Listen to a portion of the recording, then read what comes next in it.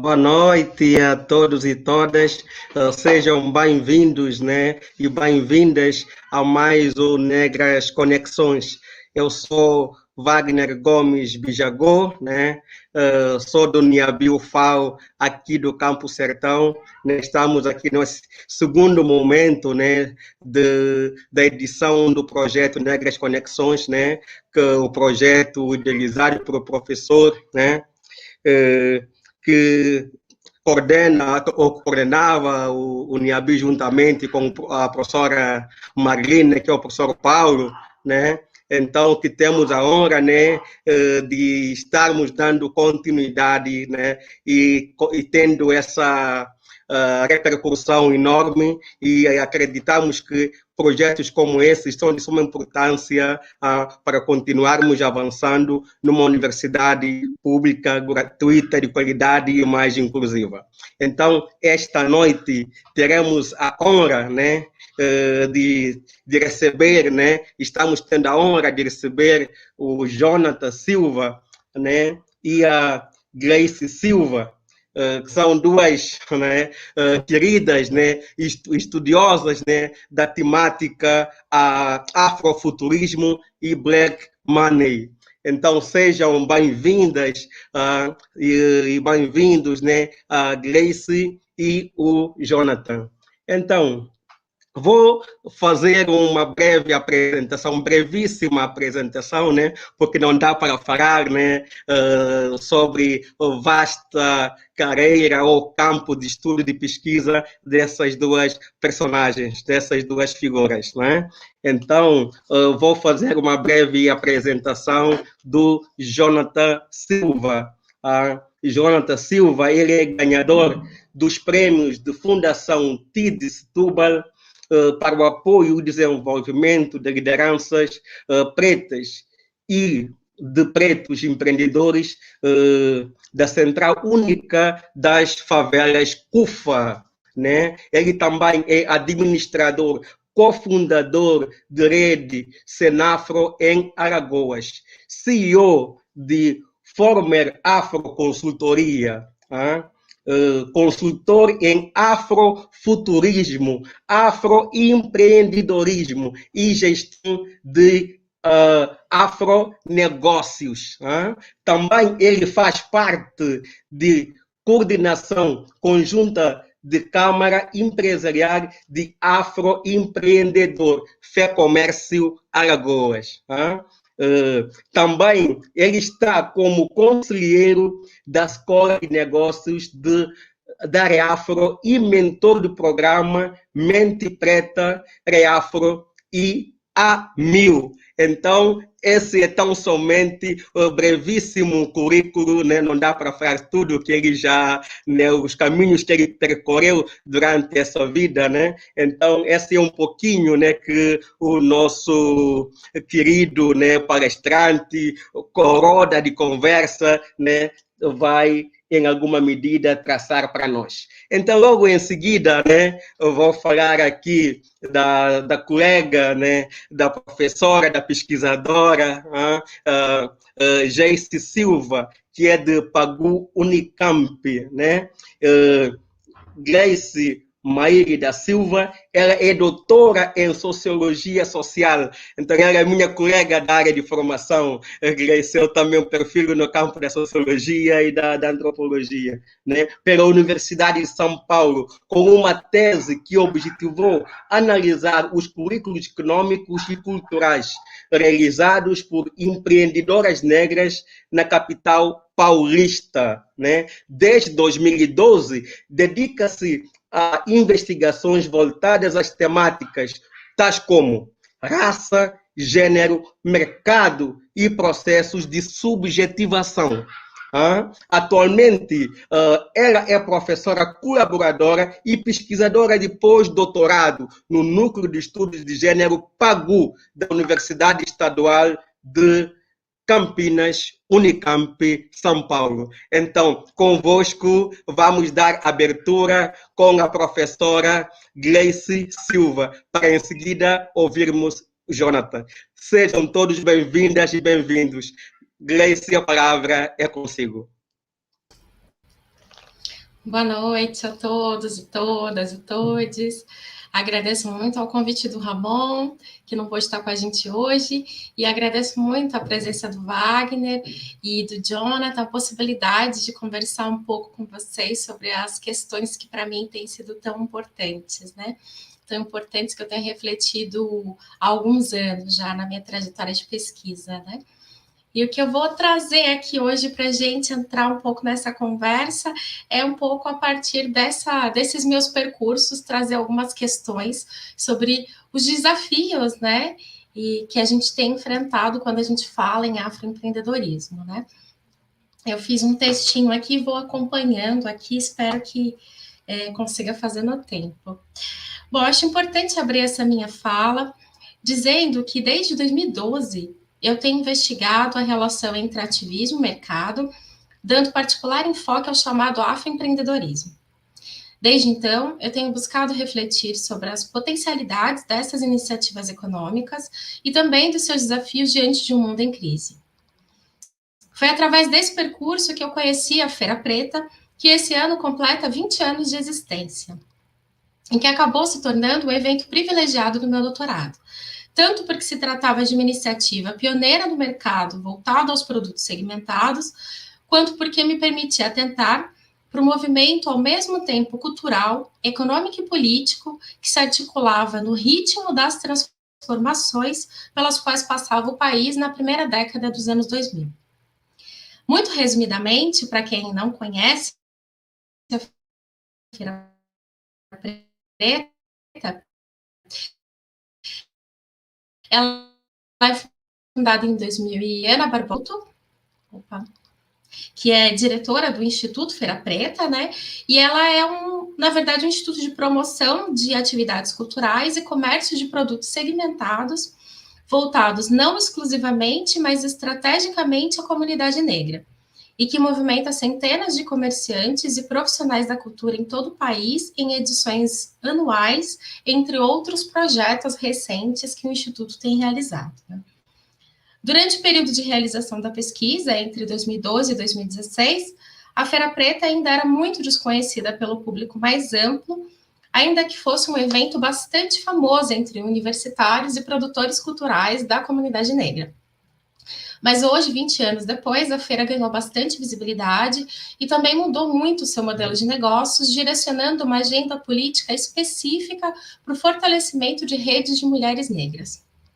Eu não vou me ater muito aqui ao modelo atual da feira, mas a ideia de recuperar esse evento é para explicar um pouco que naquele momento da pesquisa, o meu objetivo era entender os desafios relacionados às experiências dos empreendedores negros a partir da cidade de São Paulo, no momento em que o país atravessava uma série de transformações que provocavam relações bastante inéditas entre ativismo, trabalho e mercado para a população negra.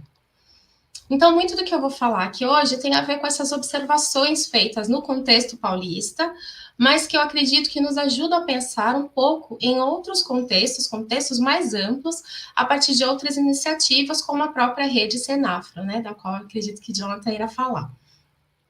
A minha intenção é, nesse primeiro momento, apontar um pouco para a complexidade de questões que envolve o tema do afroempreendedorismo, para que a gente possa ir ampliando a nossa reflexão conforme a demanda de vocês também, né? Conforme as questões que aparecerem. Bom, os estudos sobre empreendedorismo negro, eles têm início no fim da década de 80, sendo um dos pioneiros do trabalho do professor Marcelo Paixão, da área da economia, que buscava fazer um mapeamento das atividades e dos perfis dos empreendedores no país ao longo dos anos 90. E também as pesquisas da antropóloga Angela Figueiredo, que trabalhou com trajetórias de ascensão social de empreendedores negros na Bahia. Naquele momento, os empreendedores eram entendidos como aqueles que trabalhavam por conta própria, eram os autônomos, e aqueles que eram empregadores em empresas de médio e grande porte. No geral, esse perfil era representado em sua maioria por homens negros que atuavam em diversas áreas que não tinham relação direta de oferecimento de serviços à comunidade negra. Porém, em 96, com o sucesso de vendas da revista Raça Brasil, que tem sua primeira edição esgotada na primeira semana de vendas, a mídia, o mercado e também os pesquisadores começam a olhar para a população negra como consumidora. e para o mercado de consumo de produtos e serviços voltados à população negra como importante agente no fortalecimento de uma identidade negra. Essa mudança de enfoque coloca em maior evidência também os trabalhadores informais e autônomos negros dedicados à prestação de serviços. Nesse nicho de mercado, que privilegia os produtos de beleza e a moda, as mulheres ganham evidência tanto como empreendedoras quanto como consumidoras. Né? E é nesse contexto que a Feira Preta vai surgir. A feira é fruto desse momento, né? Durante esse período, há uma mudança nas formas de trabalho em termos globais que nos atinge mais fortemente a partir dos anos 2000, e é nessa configuração que o perfil do trabalhador empreendedor ganha cena. Em meio a uma crise de estabilidade do emprego e uma perda dos direitos trabalhistas, né? Então, isso é importante de pontuar. O fato é que, quando eu inicio a minha pesquisa em 2012, além dessa conjuntura do mundo do trabalho, o país atravessava uma série de transformações. Entre essas mudanças, eu gosto sempre de elencar 4 que eu acho que estão bem conectadas e que nos ajudam a entender o contexto no qual essas práticas empreendedoras vão se intensificar. O primeiro é a ampliação do acesso ao ensino superior, com as medidas de ações afirmativas e cotas raciais, a ampliação das políticas de cultura no nível federal, né, que acabam favorecendo a participação de uma variedade de coletividades e grupos marginalizados que historicamente não constituíam público-alvo dos financiamentos desse setor. E aí é importante frisar, né, que nesse cenário, não só a figura do empreendedor, mas sobretudo a figura do empreendedor da cultura ganha um acentuado destaque, né? E isso é importante ressaltar também, porque esse período corresponde à formalização desses profissionais autônomos que trabalham com cultura e que começam a se formalizar enquanto microempreendedores individuais, né? O terceiro aspecto é o aumento do poder de consumo da população em geral, que não incorre numa mudança social em termos de classe, né, no aumento da classe média, como se dizia, mas como muitos pesquisadores vão demonstrar, mas que opera numa mudança significativa no comportamento de consumo das classes populares, né? E como quarto aspecto, eu chamo a atenção para como o mercado e as novas mídias se fortalecem como espaços de construção de experiências identitárias, de engajamento e de reivindicação de cidadania. Então, se no decorrer das décadas de 70 a 90, a noção de cultura negra já tinha bastante importância para a experiência de engajamento político da população negra, a partir dos anos 2000, quando as políticas de ações afirmativas e cotas raciais entram em cena, favorecendo particularmente a entrada de jovens negros e negras nas universidades, com o avanço também das políticas de cultura, nós assistimos à constituição de um novo sujeito de direitos, ainda mais complexo, produtor de novos discursos sobre a relação entre cultura, mercado e engajamento político. Em meio a essas mudanças, o mercado adquire um papel decisivo enquanto espaço de visibilidade e de busca de representatividade, tanto para produtores quanto para consumidores. Assim, em 2016, quando o Sebrae divulga a notícia de que negros já seriam a maioria entre os empreendedores no Brasil, apontando um crescimento de 27% de negros investindo no seu próprio negócio entre 2002 e 2012, e destacando também o investimento dos negócios direcionados ao público afrodescendente, a gente precisa destacar que se trata de um amplo crescimento dos chamados microempreendedores, representados pela figura jurídica do MEI, microempreendedor individual. Se esse momento tem relação com o aumento da escolaridade e melhoria da renda média da população, somadas ao aumento no número de pessoas que passam a se autodeclarar negras, pretas e pardas, o que certamente interfere nesses números, também coincide com o movimento crescente de precarização do trabalho e aumento do desemprego, fatores que não podem ser ignorados. É nesse contexto, repleto de altos e baixos em níveis políticos e econômicos, que ganha destaque o afroempreendedorismo e que nos desafia a enfrentar as relações entre autonomia e precariedade. Assim, quando eu falo em afroempreendedorismo, eu estou pensando em experiências de alto emprego, de micro e pequenas empresas e formatos recentes de trabalhos coletivos associados à produção de bens de consumo, serviços e bens culturais, voltados, sobretudo, mas não somente, à comunidade negra. Essas iniciativas, que ganharam evidência na virada dos anos 2000, de certo modo, unem a dimensão do empreendedorismo por necessidade uma expressão que ganha bastante destaque, né, com a ampliação de fato de um nicho de mercado. Nesse novo momento do mercado, sobretudo a partir das minhas observações na Feira Preta durante 5 anos, entre 2012 e 2016, as mulheres negras ganham evidência, tanto quanto empreendedoras como consumidoras, ao mesmo tempo em que a maior gama de produtos segmentados passa a ser destinada às mulheres. Essas mulheres também têm um perfil específico. Trata-se de mulheres negras com ensino superior, com idades entre 25 a 35 anos, né? Eu acho que esse perfil está em mudança, mas ele ainda é preponderante. E aí começo a me dar conta de que esse protagonismo feminino vem acompanhado do fortalecimento dos discursos feministas e que se expressam particularmente por meio da categoria empoderamento. É importante fazer esse adendo, porque vai ser a partir dessa reflexão que essa reflexão vai acabar me levando para a minha pesquisa atual, onde eu tenho tentado refletir sobre esse alargamento dos sentidos do empreendedorismo a partir dos recortes de gênero, né? Não vou entrar aqui nessa pesquisa, mas é um apêndice que eu faço.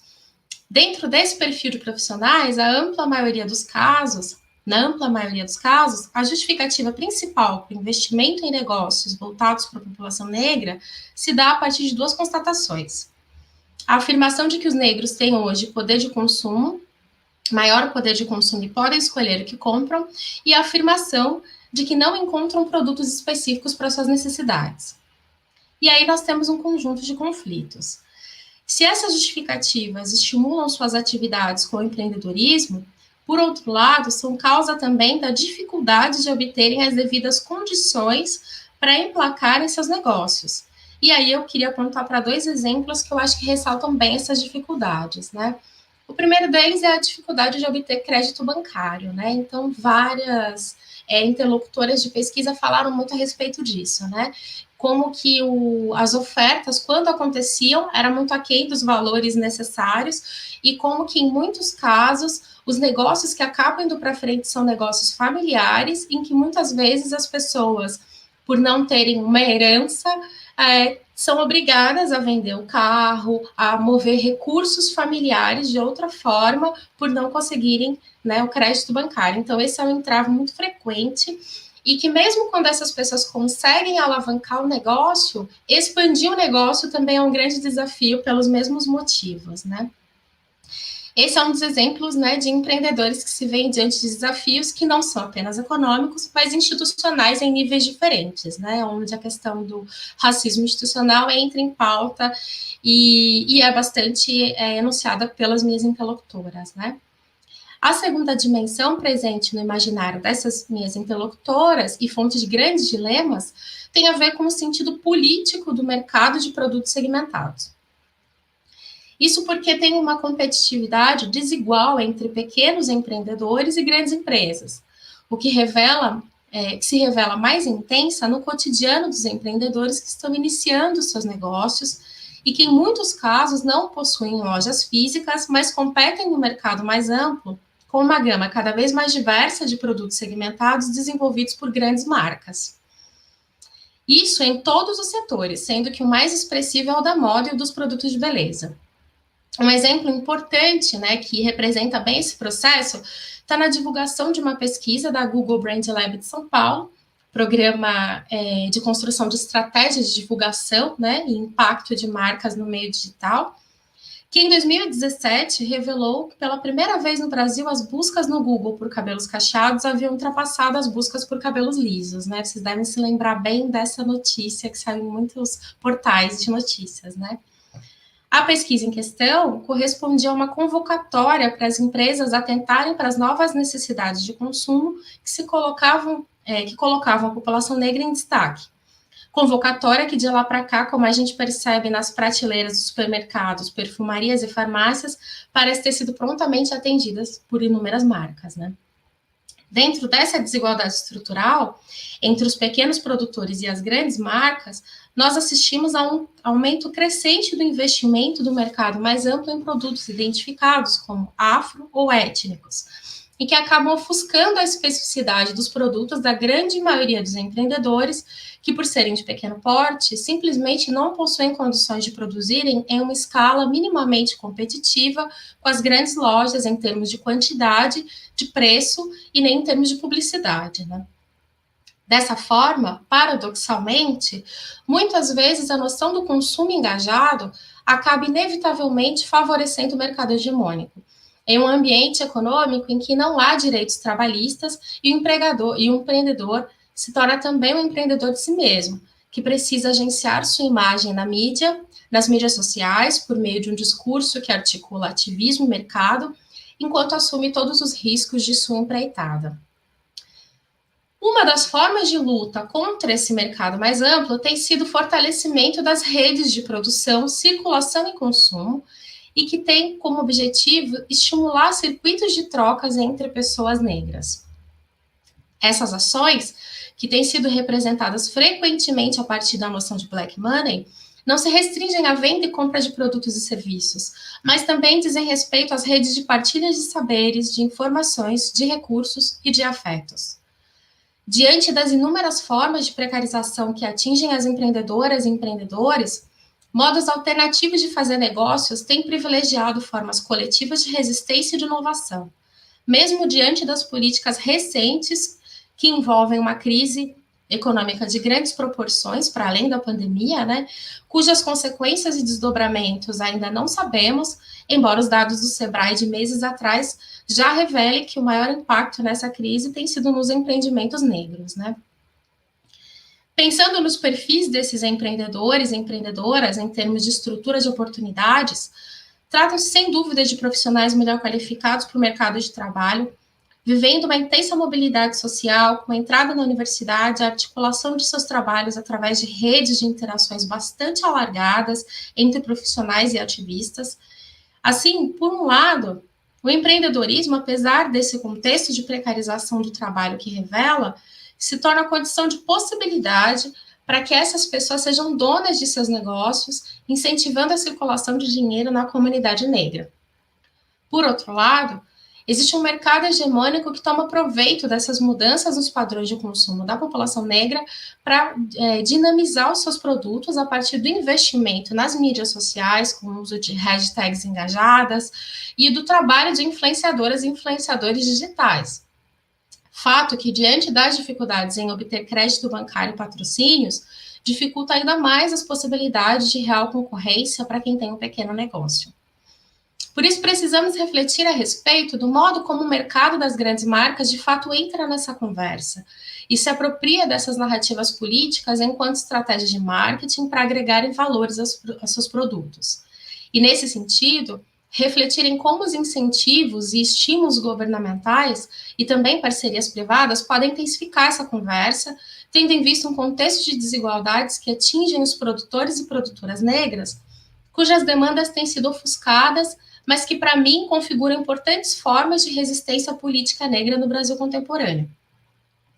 Diante dos desafios e obstáculos para manterem seus empreendimentos, a formação de redes de empreendedores e empreendedoras negras, a exemplo da Feira Preta, mas também de outras modalidades de plataformas coletivas que têm se apresentado, como a Afrobusiness, o Instituto Afrolatinas, o Movimento Black Money, são certamente estratégias de grande importância para o fortalecimento dos empreendimentos negros no mercado, e nos indicam que esses desafios não podem ser enfrentados de maneira individual. Tão importante quanto as estratégias particulares são os laços de solidariedades que envolvem esses sujeitos nessa experiência mais alargada que denominam afroempreendedorismo, mas que dizem respeito, sobretudo, a repensar as práticas econômicas. Já estou acabando. Se, por um lado, eu considero todo um contexto de precarização do trabalho que envolve a atividade empreendedora, por outro lado, eu busco chamar a atenção para as demandas políticas em pauta, defendidas por esses trabalhadores e trabalhadoras que apontam para uma variedade de perfis profissionais e experiências de mobilidade social que ainda precisam ser melhor compreendidas. Nesse sentido, me parece que a categoria empreendedorismo tem funcionado como um guarda-chuva que ofusca uma diversidade de economias e formas de organização. e que muitas vezes nos impede de observar quem são estes e essas trabalhadoras que estão partilhando informações, conhecimentos, experiências políticas e profissionais e também expectativas de um futuro melhor. Por fim, pensando no nome da nossa mesa, eu queria dizer que afrofuturismo tem sido uma categoria bastante interessante para pensarmos em condições de imaginar um futuro para a população negra diante de tantas mudanças. Como você quer argumentar, as minhas pesquisas têm se concentrado em olhar para certos perfis de empreendedoras que estão na universidade produzindo conhecimento em espaços historicamente negados a nós. Desses movimentos, temos um acúmulo de repertórios somados às trajetórias em coletivos culturais, ativistas, além de um conhecimento trazido de seus núcleos familiares e afetivos, que é indispensável para construírem outras formas de pensar a economia.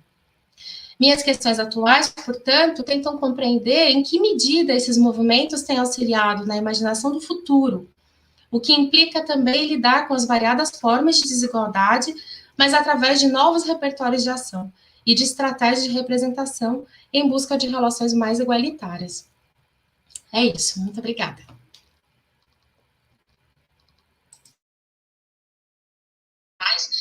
Eu não estou conseguindo nem abrir o microfone.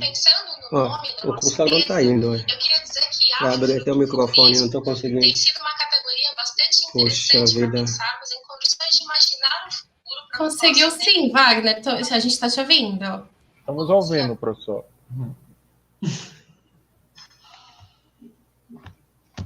Não está abrindo. Eles estão ouvindo você. Alô? Mas a gente está te ouvindo. Sim. Pois é, aqui está aparecendo como se eu tivesse travado. Então, Gleice Silva, que aula, né? Que aula, que satisfação. Acredito também que os nossos gasvistas gostaram muito e aprenderam muito com as suas ponderações sobre esse novo tempo, né, da inserção, sobretudo das mulheres pretas, né, nesse mercado decorrente, né, de políticas públicas que aconteceram ao longo dos últimos tempos. Então, antes que a gente inicie o debate, eu sei que o público está certamente ansioso para que se faça o debate, que você explique mais, trazer questionamentos, né? Então vamos deixar para o segundo momento. Então, desde logo, convido o Jonathan, né, para fazer a sua exposição. Muito obrigado, professor Wagner. Obrigado, professora Gleice, também por essa belíssima explanação.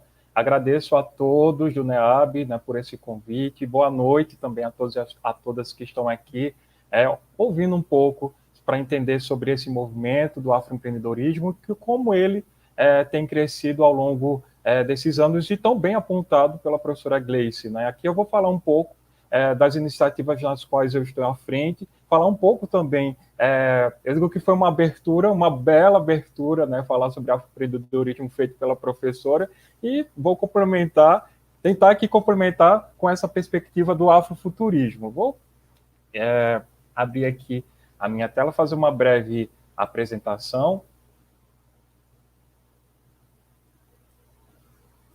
Só compartilhar aqui.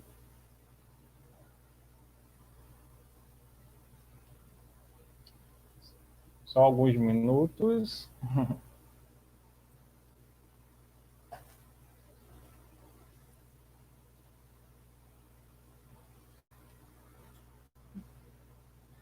Bom, gente, o tema de hoje, né, o tema desse webinar, Afrofuturismo e Black Money, né? Então, como eu fui apresentado, Jonathan, né? Então quem está chegando agora também, sou natural de Arapiraca, sou alagoano, administrador, tenho um histórico desde 2016 com a questão do afroempreendedorismo, através da Rede Senafro e também da Forme Afro, e também um estudioso na questão de entender como esse movimento ele tem trazido desenvolvimento e também impacto social.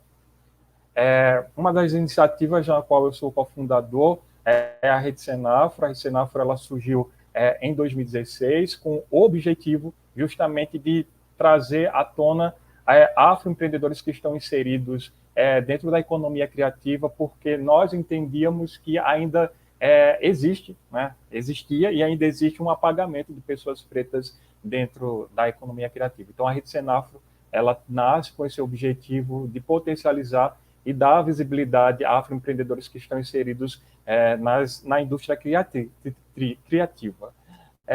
Também, uma das iniciativas da Rede Senafro, né, nós temos o Festival Afrocriativo, a Feira Afrocriativa, no qual afroempreendedoras como Márcia podem estar expondo seus produtos e também divulgando a sua empresa que trabalha com a questão da moda afro-sustentável.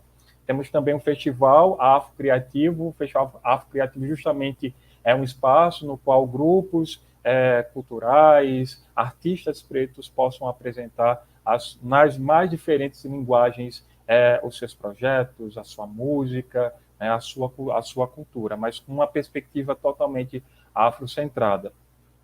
Também eu digo que a professora Gleice falou sobre a questão da Feira Preta, né? Eu tenho um grande orgulho de ter feito parte dessa experiência do Afrolab, ter contribuído com a Afrolab, ter conhecido a própria Adriana, que eu digo que a Rede Senafro se inspirou muito na Feira Preta, né? Tem como referência. Nós fizemos essa experiência aqui, trouxemos essa experiência também aqui para Maceió, onde afroempreendedores puderam ter essa conexão com a inovação e, ao mesmo tempo, pensar formas diferentes de estarem divulgando os seus afronegócios.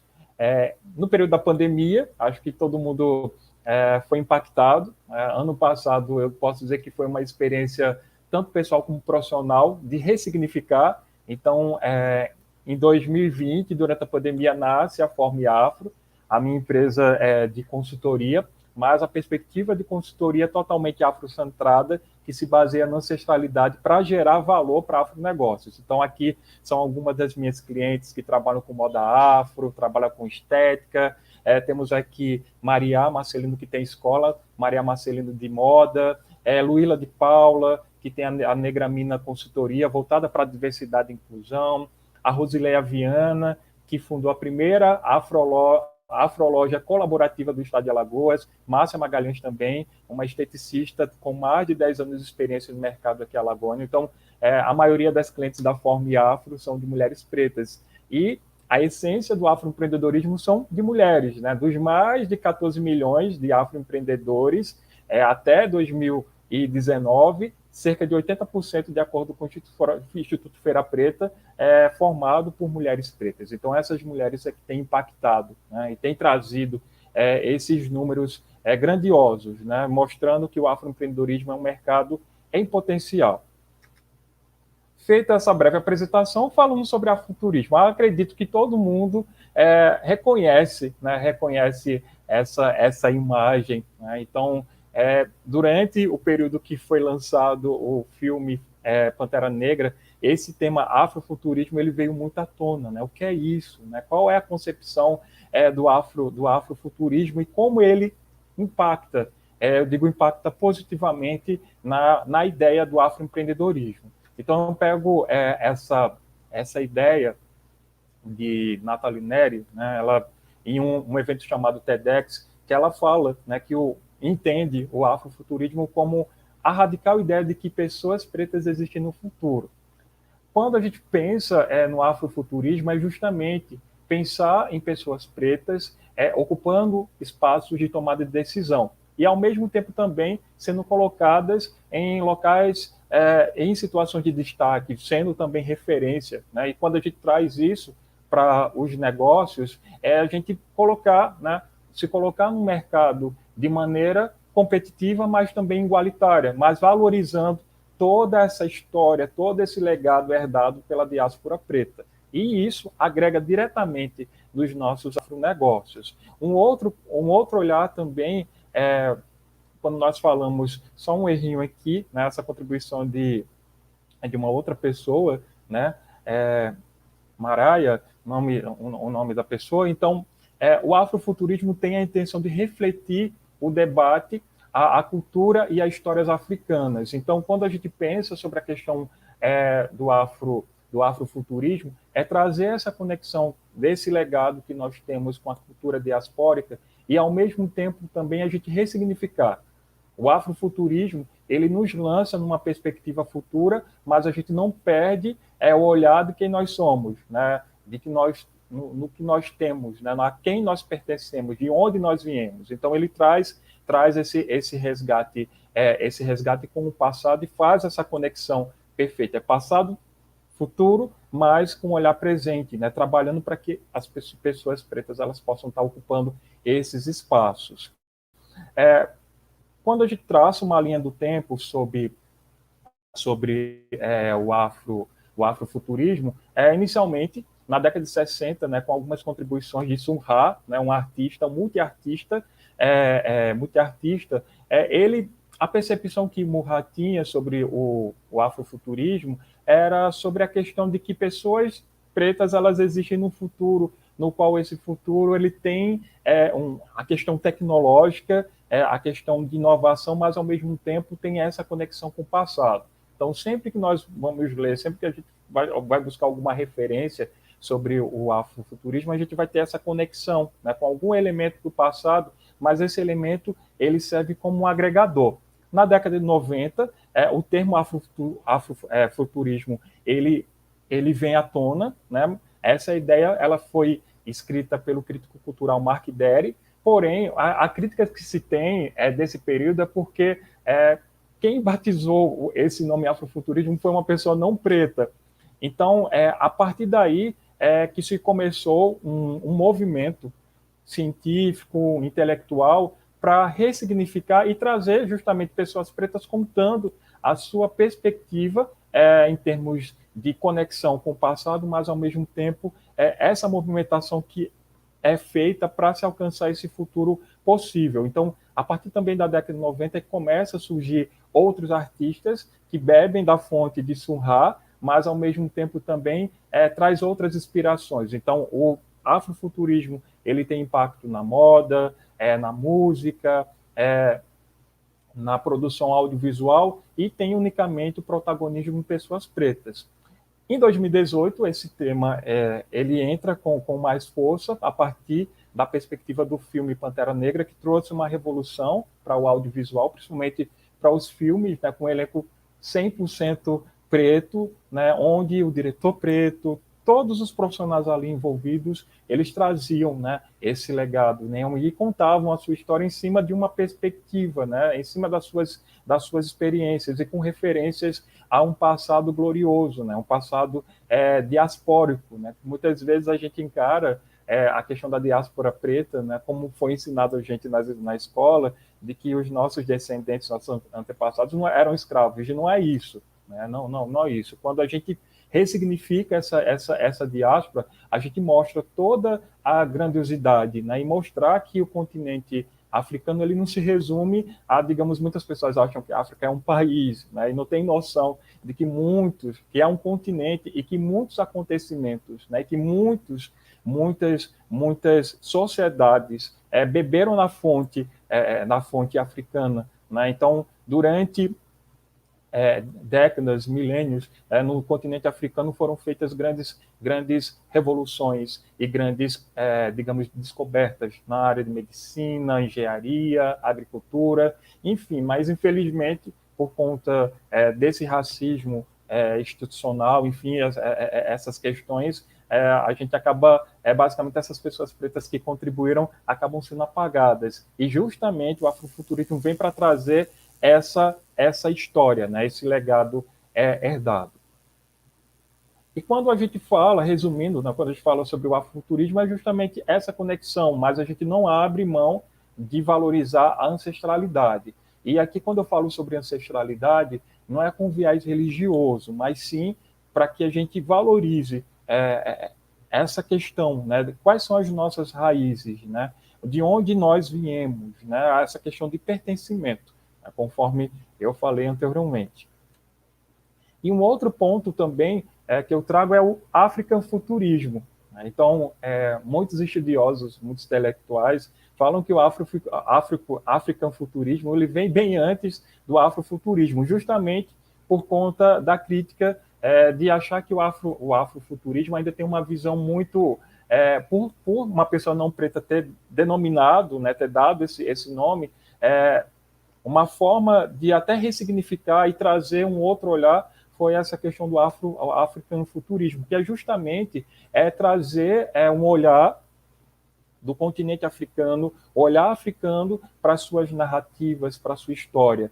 Então, o africanofuturismo, ele traz, né? Então, vários intelectuais africanos, desde as áreas de sociologia, filosofia, enfim, têm trazido novas narrativas, né? de perceber e trazer outros significados para termos que a gente conhece, inovação, a questão do mulherismo africano, enfim, tudo isso é legado para que a gente possa entender o movimento do afroempreendedorismo, né? Que é essa junção entre o africanofuturismo e o afrofuturismo traz essa concepção, né, de que a gente pode beber dessas fontes e ressignificar o que nós temos enquanto produtos e serviços. Então, quando eu penso no africanofuturismo, eu gosto muito dessa frase, né, desse intelectual africano, né, que fala: até que os leões contem a sua história, os contos de caça sempre vão glorificar o caçador. Então, justamente é a gente contar a nossa história pelas nossas experiências, pelas nossas vertentes. Não quer dizer que a gente quer impedir, outra pessoa não preta não pode falar, mas o nosso olhar, né, é totalmente diferente, né? Um olhar de quem passa pelas questões, né, que aqui a gente já sabe o que é que uma pessoa preta ela enfrenta, mas a gente traz um olhar ressignificado, né, para avançar para um futuro possível. E essa junção do afrofuturismo com o africanofuturismo é que forma uma percepção. Aqui eu falo sobre essa questão do afronegócio em cima das experiências de quase 6 anos à frente da Rede Senafro, mas ao mesmo tempo também tendo esse contato com afroempreendedores e como é que esses elementos eles podem contribuir para dizer assim, um perfil do afronegócio. Então, uma questão bem particular, quando a gente fala sobre os afronegócios e o afroempreendedorismo em si, essa pesquisa do Instituto Feira Preta, e o Instituto Feira Preta ele fez esse estudo para trazer um raio-x, né, um novo raio-x sobre o afroempreendedorismo. E nessa pesquisa foi apontado que os afroempreendedores eles têm 3 tipos de motivação quando pensam em abrir um negócio. Então, uma está segmentada na questão da necessidade, né? Então, o empreendedorismo por necessidade ele traz algumas limitações, porque fica basicamente naquele processo limitante, esse afroempreendedor às vezes não consegue ter ferramentas de gestão que possam potencializar os seus serviços ou os seus produtos. Existe um outro tipo também de empreendedorismo preto, que é a questão da vocação, que esse é herdado, os pais ou os seus antepassados já empreendiam, então essa pessoa ela já nasce com essas referências. E um outro perfil de empreendedor preto é a questão do engajamento. Então, aí engloba a questão do impacto social, né? Os negócios de impacto social que tem o objetivo, de além de trazer essa representatividade para o mercado, busca também solucionar um problema, né? Então, em cima das nossas dores, a gente ressignifica e traz uma solução, né? Então, eu digo que uma das formas, digamos, existe também as questões das políticas públicas, enfim, que são importantes, mas eu digo que uma forma que um empreendedor, uma afroempreendedora tem para combater o racismo em termos de negócio, quando esse negócio ele começa a impactar, né, gerar impacto, começa a movimentar toda a sua comunidade, toda a sua cadeia. Então, eu digo que como eu sou administrador, eu digo que é uma ação prática, né, de combate do preconceito em si. E quando a gente traça também um perfil desse afronegócio, a gente vai observar o quê? O que é que eu observo na prática? Essa conexão com a cultura diaspórica, né, de entender todo esse legado herdado, né, e valorizar isso, e esse fator ser algo que traz um diferencial no seu negócio. Outro ponto é a valorização dos conhecimentos ancestrais, de trazer também essa história, de trazer esse legado herdado. Acho que acredito que todo mundo aqui conhece aquele chazinho da avó, da mãe, que serve para tudo, né? Então, esses conhecimentos ancestrais a gente também traz para os nossos afronegócios. Um ambiente organizacional diverso e inclusivo. A gente está num momento no qual as empresas elas estão discutindo essa questão da diversidade, mas não adianta ter diversidade se não é inclusa. Então, não é só observar, né, que meu negócio, a metade das minhas colaboradoras são de mulheres, mas quem são essas mulheres? Existem outras etnias também, né? De onde são esses colaboradores? Então, incluir também pessoas com necessidades, portadores de necessidades especiais, né? Portadores de deficiência, desculpa. Então, quando a gente pensa sobre esse ambiente diverso, inclusivo, é nessa perspectiva. E os afronegócios, eles estão à frente, né? Porque já começa a trazer essa discussão. E independente onde esse afronegócio esteja, a grande maioria nós sabemos que estão nas áreas periféricas, mas nós sabemos também que tem outros afronegócios que estão ocupando também espaços na área de inovação, na área da tecnologia, na área da ciência, enfim. Então, sempre traz esse olhar voltado para a diversidade. Um outro ponto também é a visão de futuros possíveis e alcançáveis, né? Então, traz essa narrativa do afrofuturismo, né? De trazer pessoas pretas para essa questão da tomada de decisão. Afeto nas realizações, então, aqui as mulheres pretas têm me ensinado muito, né, sobre essa questão do afeto, de respeitar o outro, na questão da sua individualidade, das suas diferenças, e encarar isso como algo positivo. Então, o afeto nas realizações vem muito na questão do mulherismo africano, né, no qual entende que as relações elas podem ser baseadas nesse afeto, e também entender que o outro, eu não posso avançar sem ter o outro também, porque juntos nós somos mais fortes, né? É o ressignificar.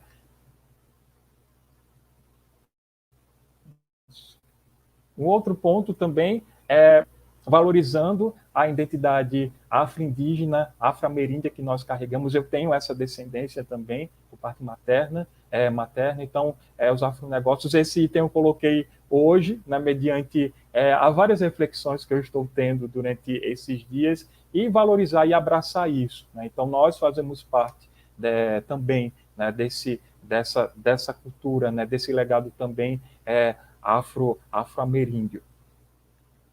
E, por fim, eu deixo aqui as minhas redes sociais, o site RCNafro, meus contatos, para que vocês possam se conectar comigo, e desejo a todos e a todas axé, e é muito bom estar aqui com vocês, e vamos lá à conversa. Axé, Jonathan, que maravilha, que interconexão, né, entre vocês duas, né, Gleice, né, a Gleice trazendo a questão sob a perspectiva sociológica, né, antropológica, e Jonathan trazendo a questão sobre a perspectiva da administração. Então, são duas perspectivas que se complementam, que se completam, dando conta desse novo tempo, esse novo tempo que tem a ver, né, com a inserção gradual desse contingente populacional que historicamente, né, marginalizada desde o processo, né, da vinda dos africanos na condição de escravizados, e pós a abolição da escravidão. Esse nome já é sintomático, abolição, não foi a libertação, é a abolição. Então, nós abolimos a escravidão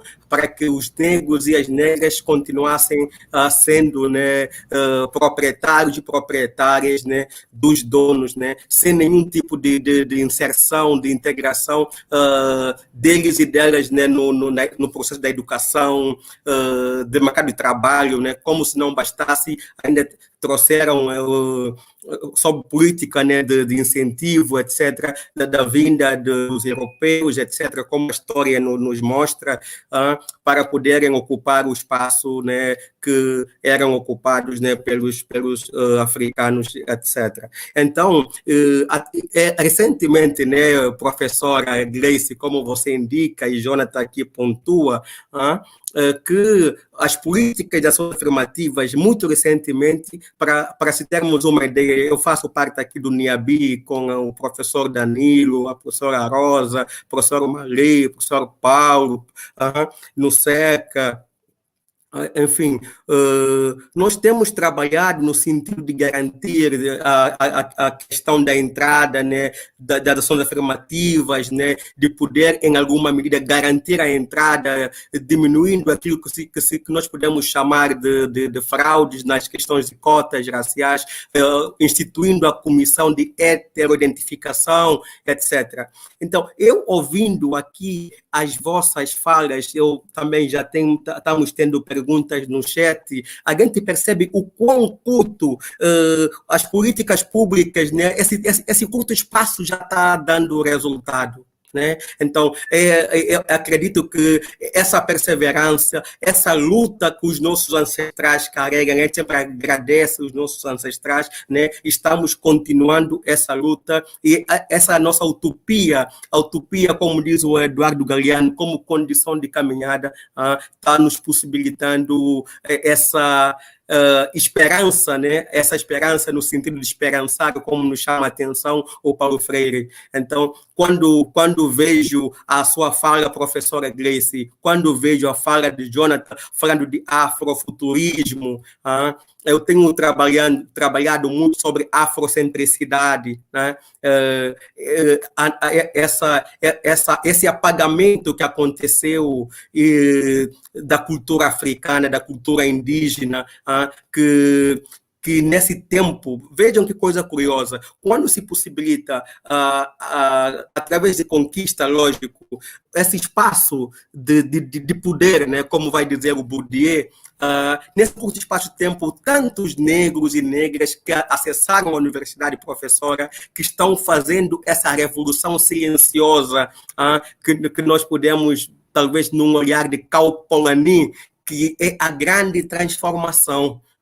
E acredito que essa marcha não pode parar, essa estrutura tem que continuar se movendo. Então, desde logo, mais uma vez, professora, professor Jonathan, agradeço muito, em nome do NIABI, a vossa fala, o vosso ensinamento, e desde logo também já, professor Danilo, abre o espaço para que os participantes aqui pudessem emitir a opinião, e desde logo também já vamos começar, em alguma medida, professora e professor, a passar algumas questões para que possamos debater. Então, eu agradeço todos e todos que estão aqui na live. Eu estou vendo aqui nudes, né? E a Biaché, né, também vão falar logo no próximo dia 12, né, vai ser a temática, né, nudes e a Biaché, as produções acadêmicas sobre a diversidade no sertão araguano.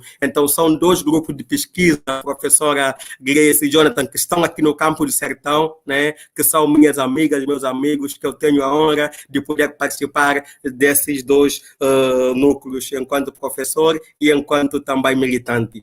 Então, desde logo, exatamente, o Danilo frisou aqui o núcleo. Então, professor Danilo, gostaria que já começasse a marcar algumas questões para que o Jonathan pudesse e a Grace pudessem debater com os nossos participantes. Então, aqui a Ângela Brito, né, nos disse, né, o projeto Bem Viver das Mulheres Negras, né, projeto político, visa incluir toda a população brasileira para uma integração como solução. Nunca é tarde para voltar a apanhar aquilo que ficou para trás, Sankofa. Então, essa não é uma pergunta, mas sim uma observação. Aqui, que essa aqui é uma pergunta, né? Como, né, a Ângela Brito, né, acrescenta, como adequar a moeda black money a um sistema capitalista?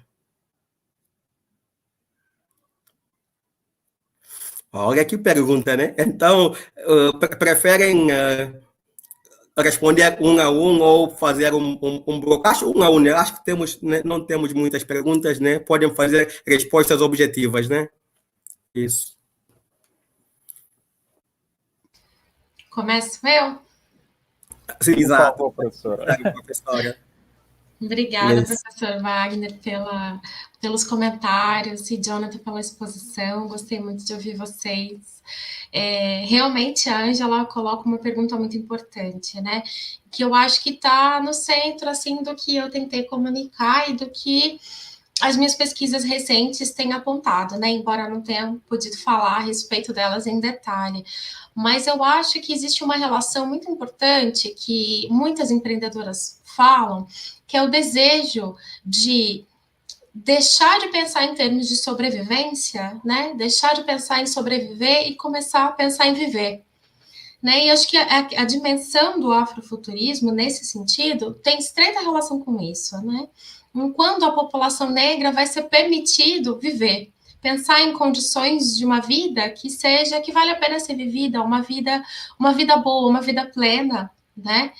E eu tenho muitas dúvidas se o sistema capitalista nos permite, né? Então eu acho que tem muitos limites para essa categoria empreendedorismo e muitas vezes eu vejo entre as minhas interlocutoras falando sobre os seus sonhos, sobre o que elas realizam, como elas realizam, essas redes de solidariedade que elas constroem. E muitas vezes elas não estão usando a palavra empreendedorismo. Muitas vezes elas estão falando de solidariedade, que está muito mais próximo da economia solidária do que propriamente do empreendedorismo. Né? E aí eu acho sim que a gente tem que repensar a forma como a gente como a gente tem assumido certas categorias que nos são impostas, né, pelo mercado, pelas instituições, para a gente tentar se definir de outras formas, né? É sempre uma disputa pelo reconhecimento e pela definição, né? Essa é a nossa pauta é antiga, né? A nossa disputa pela autodefinição. E eu acho, como diz bem Patrícia Hill Collins, né? Então eu fico me perguntando quais são os limites dessa categoria, porque quando eu ouço falar em Black Money, quando eu ouço diferentes grupos falando sobre o que eles estão fazendo, me parece que está muito mais próximo de uma lógica de uma economia solidária, em que não é, como diz a Adriana Barbosa, o tempo todo sobre a Feira Preta, né? Como não é um projeto que visa o enriquecimento, mas que visa a construção de uma vida plena em princípio.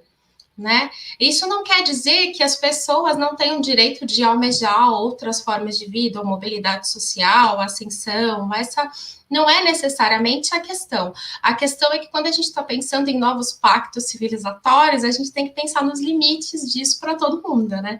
Então é isso, a gente está vendo a população negra tendo acesso ao ensino superior, muitas das minhas interlocutoras têm profissões liberais, e muitas vezes estão dentro do mercado de trabalho, se vendo constrangidas por relações extremamente complicadas, baixos salários, dificuldades de ascensão dentro do trabalho, e empreendedorismo, muitas vezes, não é uma saída só para quem não consegue trabalho, é uma saída para quem se vê oprimido dentro das relações de trabalho.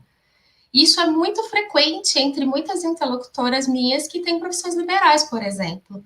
Né? Então, tem sim muitos limites impostos pelo mercado hoje, e para as profissionais e os profissionais negros, muito mais. Sempre os limites vão ser maiores, né? O racismo estrutural sempre vai ter um efeito mais nocivo, né? Não importa quão qualificadas esses profissionais sejam, né?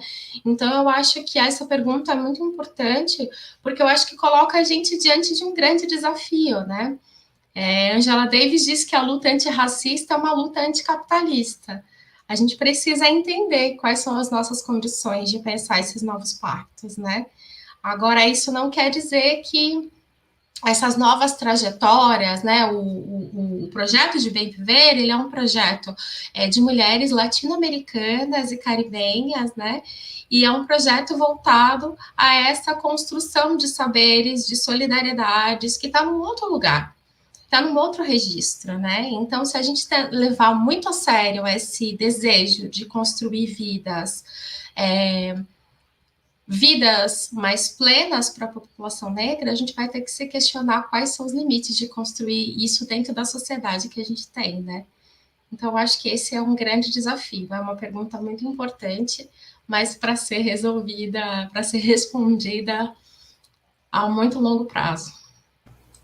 E esse ponto que a professora Gleice coloca também, a professora Gleice citou a questão da economia solidária, enfim, eu trago na visão dos negócios de impacto social. Eu faço parte do ecossistema de negócios de impacto social e ambiental, negócio de impacto social e ambiental, aqui em Alagoas, que teve sua lei aprovada, né, os negócios de impacto, e os negócios de impacto eles surgem por meio das dores, né? A gente percebe as dores, passa por essas dores e a gente ressignifica, porque ali a gente encontra uma possibilidade de empreender, né, de solucionar o problema ali daquela comunidade. A maioria desses negócios de impacto social estão com esse olhar, mas ao mesmo tempo não é assim, não tem. Durante muito tempo eu digo que parecia que nós, enquanto população preta, era errado, né? A gente tem um negócio de lucrar. Essa ideia que nos coloca, e às vezes a gente acaba aceitando essa narrativa como algo, não, é isso, né? E a gente tem que quebrar essa lógica. Eu digo que essa questão do Black Money, né, um movimento que iniciou lá nos Estados Unidos, existe uma outra dinâmica, nossos irmãos, eles têm uma outra dinâmica de um irmão ascender, mas não fechar a porta, escancarar, para que outros também possam também ter acesso aos recursos, às possibilidades. Aqui ainda a gente está engateando, né? A gente está começando a andar aos poucos, porém, eu digo que hoje, né, comparado a 5 anos atrás, a 6 anos atrás, eu digo que os afroempreendedores eles já estão mais ou menos conscientes do seu papel, do seu impacto durante a sociedade, porém, tem que avançar, né? Tem que avançar. Então, não é errado lucrar, mas eu posso lucrar, mas ao mesmo tempo também eu posso gerar um impacto. E como esse impacto é gerado?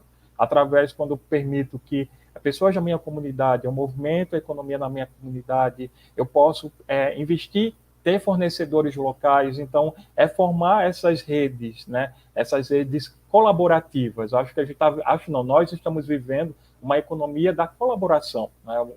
As minhas soluções estão no outro, né? Está no outro. E eu posso fazer parceria, até mesmo com meus concorrentes, para criar esse bloco, né? Para criar esse bloco. Por exemplo, se eu tenho várias empresas que são concorrentes entre si, mas têm os mesmos fornecedores, eu tenho poder de barganha quando eu me junto com ele, né? Eu posso negociar prazos. É esse olhar que ainda os afroempreendedores precisam ter, né? A solução está no outro, o outro pode colaborar. Então, muitas vezes, não é só pela questão de receita, geração de receita, mas sim da agregação do valor, né? De que forma o meu negócio está gerando valor para o meu cliente, criando essa conexão. E quando eu falo sobre criação de valor, gente, não é só financeira, né? É o motivo que eu observo que o meu cliente, quais são as dores dos meus clientes, né? O que é que meu cliente está sentindo, né? Não é só negócio. Eu sou ser humano, né? Eu sinto também, né? Tem momentos que eu não estou feliz. E às vezes o empreendedorismo, como é vendido aí, parece que você tem as fórmulas de um sucesso, você pode ganhar o seu primeiro milhão antes dos 30, você pode conseguir milhões de seguidores, só basta seguir a receita mágica, e não é assim. Empreender não é fácil, gente. Tem momentos que dá vontade de desistir tudo. Mas quando existe uma palavrinha chamada propósito, aí isso aqui, eu digo que os nossos ancestrais, né, como pessoas pretas, falam mais alto. Rapaz, você não vai correr, não vai correr do bonde, né? Você vai trazer alguma possibilidade, né, de se ressignificar na vida das outras pessoas. Então, essa perspectiva dos negócios de impacto social nos traz essa narrativa, né, de um novo movimento. O sistema capitalista ele vai existir, gente. Ele vai existir, ele só vai se adaptar aos diferentes contextos. Mas quais são as formas que a gente tem de tentar neutralizar essa colaboração? E quando a gente entender que isso funciona, assim a gente vai ser mais forte. Assim eu acredito, né? Eu acredito na prática que eu vivo, né? E na realidade que eu também, como afroempreendedor, tenho sentido, né?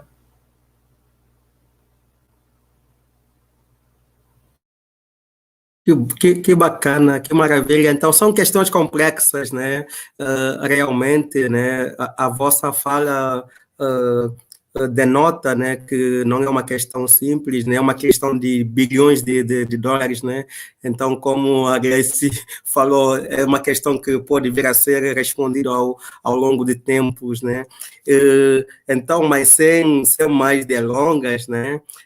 Estou a gostar muito, né, das vossas observações, da experiência de pesquisa e da realidade prática, né, que vocês trouxeram, né, tanto a Grace quanto o Jonathan.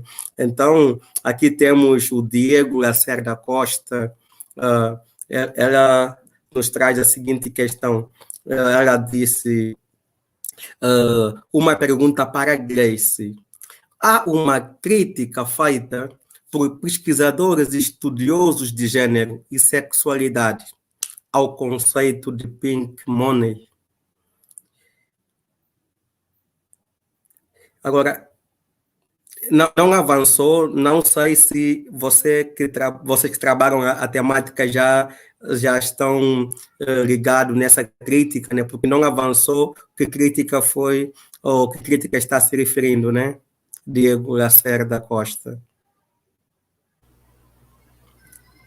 Bom, então aí veio o pedaço que eu estava a precisar, né?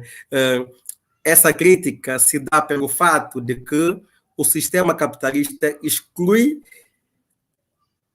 e tenta incluir pelo consumo, né?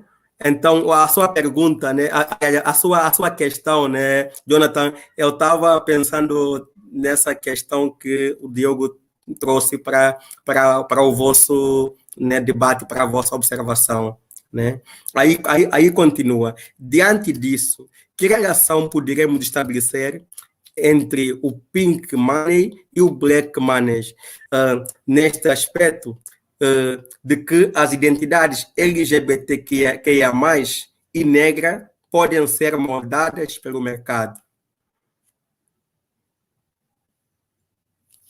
Então, essa batata quente é vossa.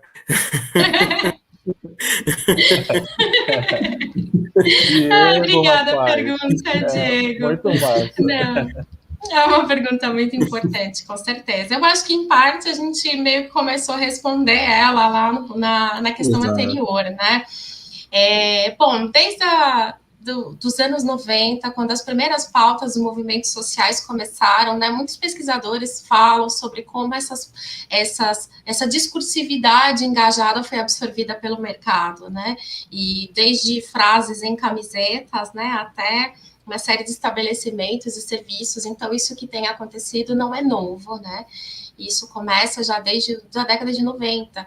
E eu penso que a gente está diante de um grande desafio, porque, na verdade, em parte, sim, eu penso que a maneira como essas identidades vão se constituindo, ela é muito relacional, né, entre a política e a economia e a cultura, né, não dá para dizer que elas são moldadas pelo mercado, né, e aí a gente tem uma série de questões de estratificação social mesmo, né, então quando a gente pensa a população LGBT, né, inicialmente, o mercado que se configura em torno dessa população na década de 90 é extremamente importante, né, para fortalecer as relações locais, para a oferta de determinados serviços, para o fortalecimento dessa comunidade, né, como acontece com a comunidade negra também, né, nos Estados Unidos, como o próprio Jonathan citou.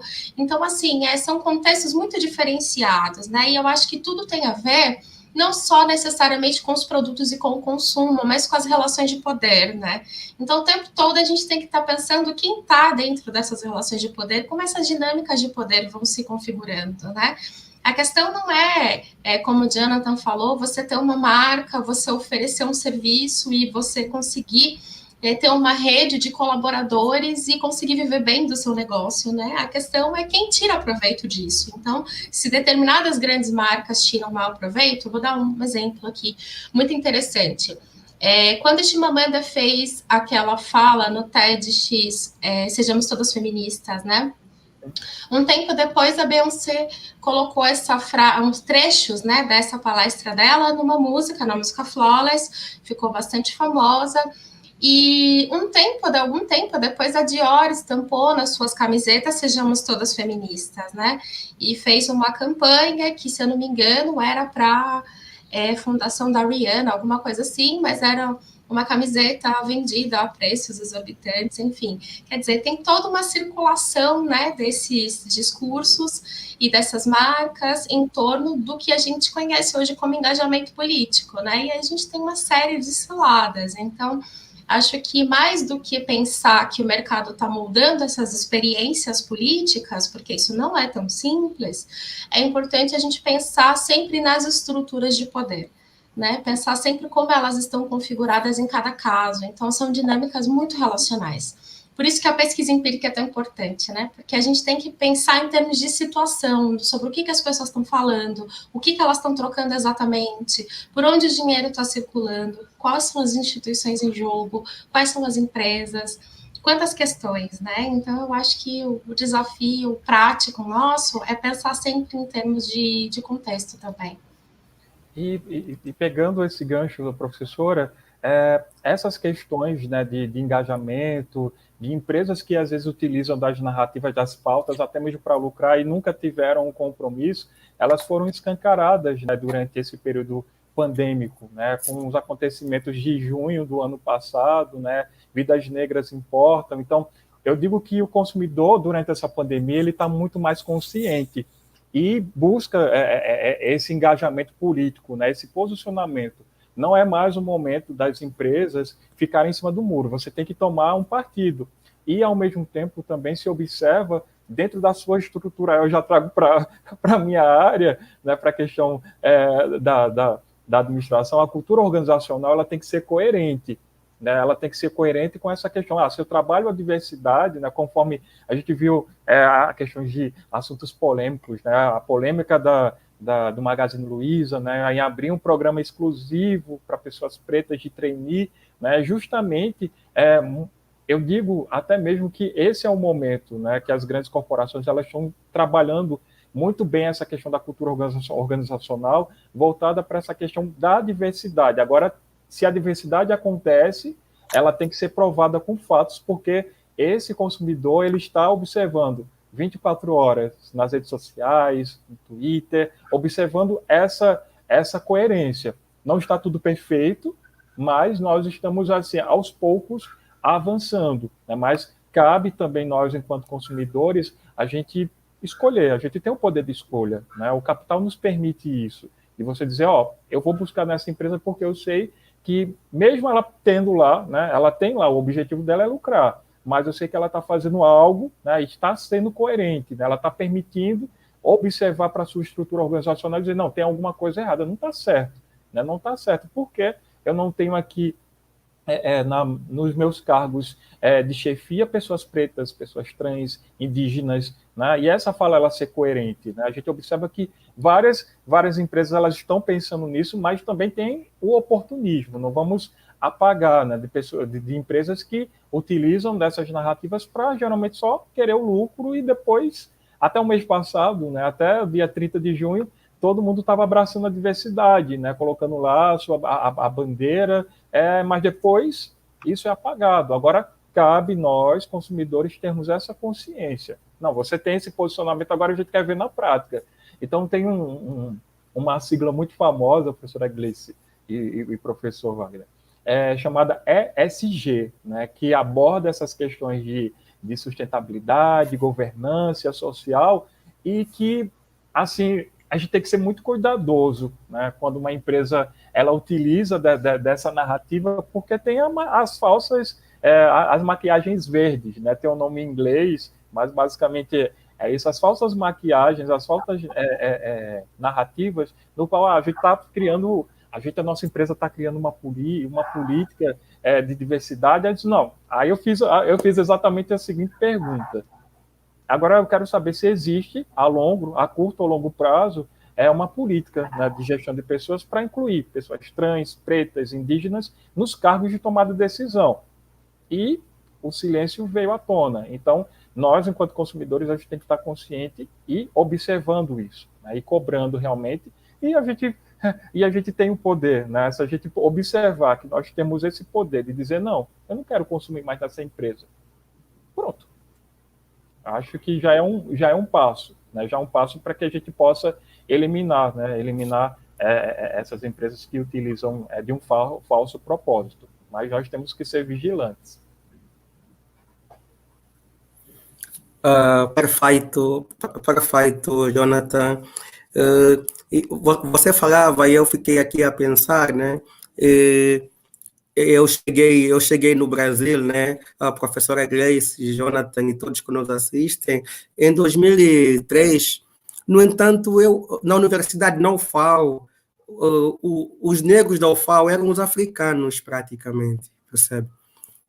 Acredito eu também que isso acontecia em outras universidades brasileiras. Começamos, aquilo nos chocou sobremaneira. A gente perguntava, e onde estão os negros, né, desse estado? A UFAL começou a ter a cara da população brasileira depois das ações, né, afirmativas, né, das leis de cotas, percebe? Então, isso nos impactou sobremaneira. E você falava essa questão de não comprar, etc. Vejam a questão da questão da representatividade, da subjetividade, a questão das bonecas, por exemplo. Recentemente que estamos tendo agora bonecas, né, negras. Então, as crianças negras terem que conviver, né, com as bonecas brancas, né, percebe? Não é que não devam ter bonecas brancas, mas o fato é não ter bonecas negras, percebem? Então, são questões, né, que são caras, né, na formação da personalidade, etc. E tal. Então, me parece que aquela noção de Karl Marx, né, classe em si, classe para si, me parece que é chegada mais do que na hora, né, de se internalizar, né, essa classe para si em nós, né, e essa classe para si pode vir a resultar em frutos suculentos, né, no sentido, né, Jonathan e a Gleice, que vocês estão aqui a pensar. Então, e nós temos, para ser mais delongas, né, voltar às nossas questões, nós temos mais uma questão do Diego Lacerda Costa, né? Que afirma: professor Jonathan, parabéns pelo trabalho de consultoria. Gostaria de saber perdão, se aqui no estado de Alagoas as parcerias têm passado para instâncias do estado, que não sejam tão somente universidade. Esse é o grande desafio, né? Fazer com que as instituições públicas não encarem o empreendedorismo que nós fazemos como cultura, que é mais fácil, né? Muitas vezes, enquanto em busca, né, de parcerias, ou até mesmo, professora Gleice, de sensibilizar para a questão do afroempreendedorismo, em uma secretaria no qual tem um nome, desenvolvimento econômico, né? Desenvolvimento econômico. Essa pauta não é da gente, é da cultura, né? Então, existe uma máxima ainda dos gestores públicos de encarar o que as ditas minorias fazem como algo cultural, né? Então, isso não tem feito com que a gente não avançasse, né? Então, a gente entende que ainda há um certo incômodo ainda de ouvir essas falas de que preto empreende, de pessoa indígena empreende, que ela pode abrir um negócio, que ela pode ter sucesso. Isso, às vezes, é até assustador. E o próprio sistema ele cuida para tentar barrar. Isso acontece, por exemplo, até mesmo instituições bancárias, né, que nós sabemos que, mesmo durante essa pandemia, a gente pedindo, enquanto população preta, um crédito 26% menor que uma pessoa não preta, ainda assim a gente tem um crédito negado, porque não há um interesse de oferecer crédito, né, para pessoas pretas, enfim, ou pessoas que têm esse propósito de gerar impacto social. Há, às vezes, até uma má vontade, né? Então, aqui no estado de Alagoas, eu posso dizer assim que instituições que sempre estiveram conosco.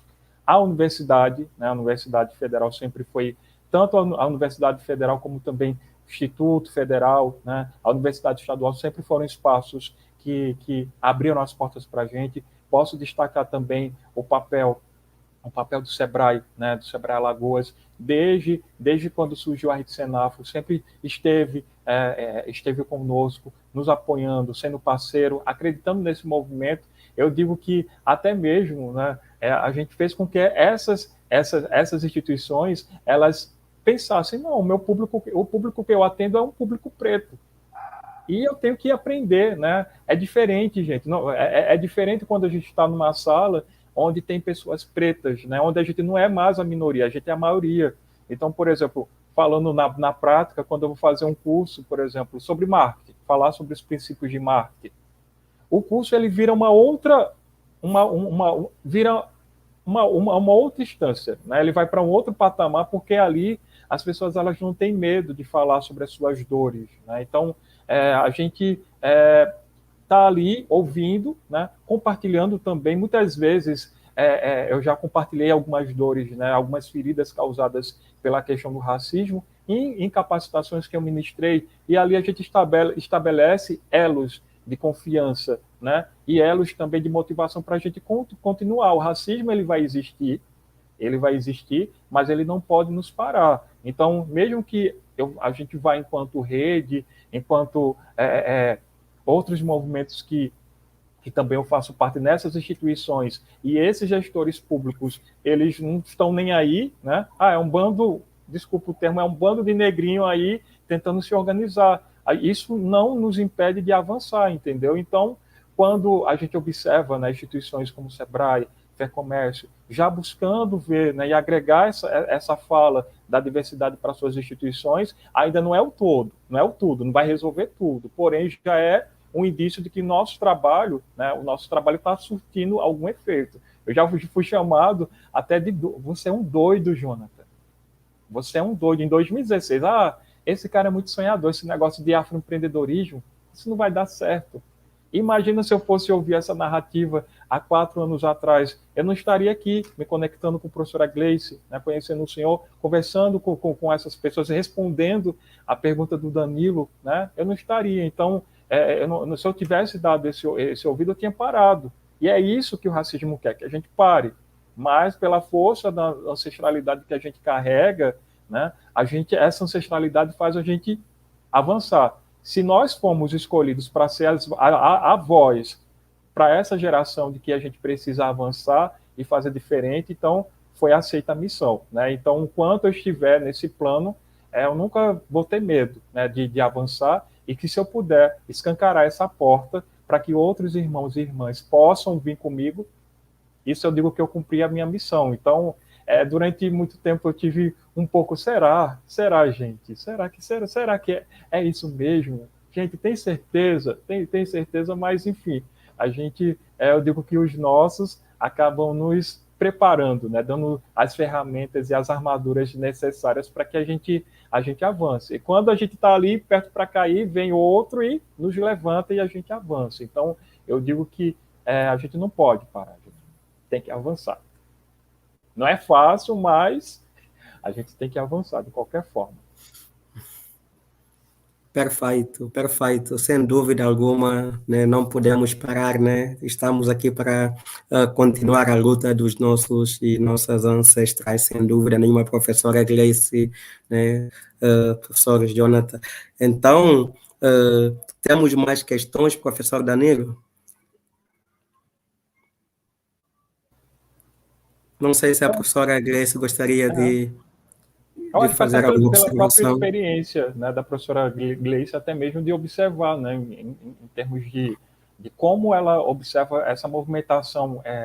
Que o caso da Feira Preta é um dos primeiros casos assim que impactaram de fato e chamaram a atenção para essa temática. Como essa relação, né, se a senhora identificou na pesquisa, essa relação do Estado, né, dessas instituições públicas com a temática. Então, Jonathan, eu vejo muito como você, assim, né? Eu acho que a Adriana, ela foi uma pioneira, uma idealizadora que transformou uma feira de rua em um plano de negócios, né? E todo o processo dela de formalização dos empreendedores passa pelo diálogo direto com o Sebrae, né? Então, ela foi, assim, um agente extremamente importante aí nesse processo, como tem sido até hoje com o Afrolab, né? Que eu tenho acompanhado, que é um dos projetos que eu ainda acompanho, né, com a feira. E eu acho que, assim, a feira, ela é um estudo de caso muito interessante, porque para mim ela foi um grande laboratório, porque ela passou por várias fases, né? E nesse momento da pandemia, tendo que se reinventar para poder continuar no mercado, né, dentro dessas novas tecnologias. Mas eu acho que ela tem feito atualmente parcerias muito importantes com institutos privados. Essa é a realidade, né? Como o JP Morgan, como o British Council, que são instâncias que estão ali bastante interessadas em entender o que está acontecendo no Brasil, mas que estão pensando em termos de desenvolvimento econômico, como você mesmo colocou, né? Então, acho que a Feira Preta, ela atendeu públicos muito diferentes, né? E ao longo desses 20 anos, os perfis dos empreendedores, seria muito importante fazer uma grande pesquisa sobre isso, porque os perfis mudaram muito, justamente por isso, né?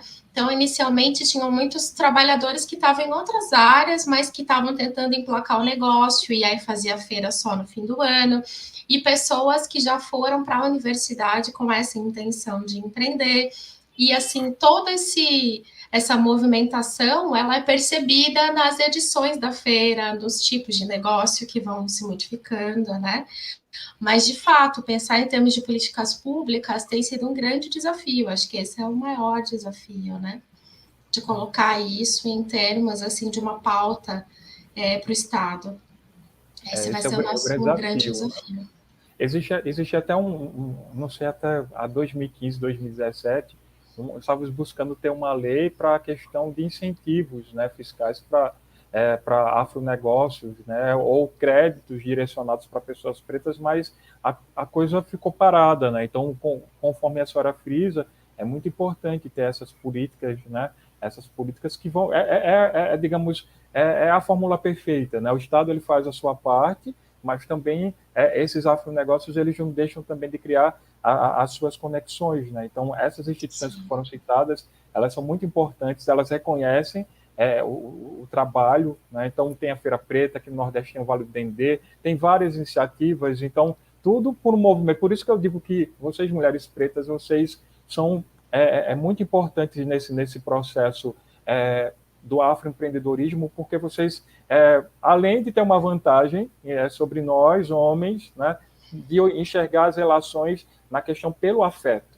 Né? Acho que esse é o diferencial, né, que às vezes nem tudo é só o lucro, mas sim das relações que a gente consegue estabelecer. Né? E as relações, elas são firmes e que possibilitam, né? Vocês já enxergam o futuro. Então, a gente tem que aprender muito, muito com vocês. Acho que tem uma questão importante que é o investimento que a Adriana tem feito agora, né, nos coletivos de mulheres, né, e no Afrolab para elas, né, edições voltadas às mulheres negras, tem sido realmente muito importante, sim, gastronomia, né, em diferentes circuitos e em diferentes estados, então é um projeto muito bonito, assim, que a história, tem uma história muito bonita de resistência da Adriana. A Adriana é uma personagem dessa história aí que nunca vai ser esquecida, tem que ser sempre lembrada. Mas é isso, gente. Danilo está avisando a gente para fazer as considerações finais, né? Eu já vou tomar aqui parte nas considerações. Queria agradecer muito ao Jonathan, ao Wagner. Foi um momento assim muito agradável mesmo de poder conhecer vocês, conversar. E adorei as perguntas também, achei as perguntas assim muito, muito instigantes, né? E como acho que todos puderam perceber, é um tema aí pungente, né? Um detalhe que eu queria falar, Jonathan, você tem toda a razão, essa relação das políticas públicas em olhar para o empreendedorismo no viés da cultura, ela tem sido um entrave extremamente notável, assim, não é um detalhe, é algo muito importante, assim, a ser percebido. Isso eu ia comentar, esqueci. Mas, feitos os comentários, é isso. Só tenho a agradecer, foi um imenso prazer.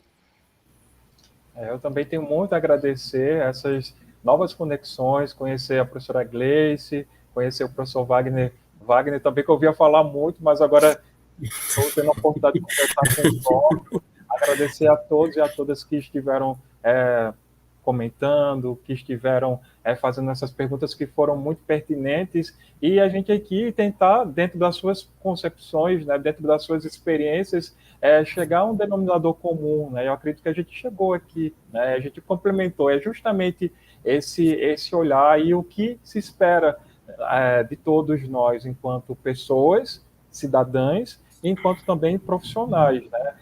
Através das diferentes concepções, diferentes olhares, a gente poder gerar esse impacto, né? E criar realmente essa rede que fortalece os afronegócios, né? E que um dia a gente chegue, quizá um dia a gente possa chegar aqui e dizer, ó, somos todos iguais. Está demorando, mas eu creio que nós chegaremos. Que maravilha, né? Gleice, Jonathan, a vossa fala me remete àquela noção de Ubuntu, né? E essa conexão, essa via de mão dupla, essa questão que você falava, Jonathan, né, de poder abrir o caminho, e essa experiência que a Gleice trouxe, de toda a questão prática e questão teórica que você trouxe, discutindo a questão ancestral. Então, acredito que essa live, né, é uma live que me emociona, que me emocionou no sentido que eu, enquanto um africano da Guiné-Bissau, e você falando sobre afrofuturismo, e a Gleice trazendo toda a questão negra e a questão de avanço das mulheres, e eu que estou aqui já há quase 19 anos, né, e pude assistir a esse avanço, né, para melhor, né? E temos muito que caminhar. Eu costumo sempre dizer de que nós não podemos deixar de comemorar os pequenos avanços. São os pequenos avanços, essa comemoração que nos dão força para continuarmos avançando. Então, espaço como esse de relatar essas experiências exitosas, mesmo com os gargalos no caminho, o que Jonathan falava sobre a questão da dificuldade, o que Gleice também falava das dificuldades, essas dificuldades são, na verdade, a evidenciação do racismo estrutural e institucional. Então, mas vamos continuar a marcha, a luta, e a luta dos negros é também fundamentalmente a luta dos brancos, né? Essa luta não pode ser tão somente dos negros. Então, os brancos devem engrossar essa luta. Então, esse é o apelo que eu deixo, né? E eu agradeço mais uma vez a vossa presença e a aula que vocês nos deram, essa experiência que vocês trouxeram para o Negras Conexões. Então, ao FAO, o NIABI, mais uma vez, agradece a vossa participação, professora Gleice e o professor Jonathan. Então, espero vos encontrar tão logo, né, presencialmente com todos vacinados, ou mesmo em outras lives, né, professora Gleice, professor Jonathan. Gostei muito, né, estamos juntos nessa luta. Essa luta é nossa pela humanidade, né? Então, muito axé para todos nós. Axé para nós, axé para nós, axé. E para todos.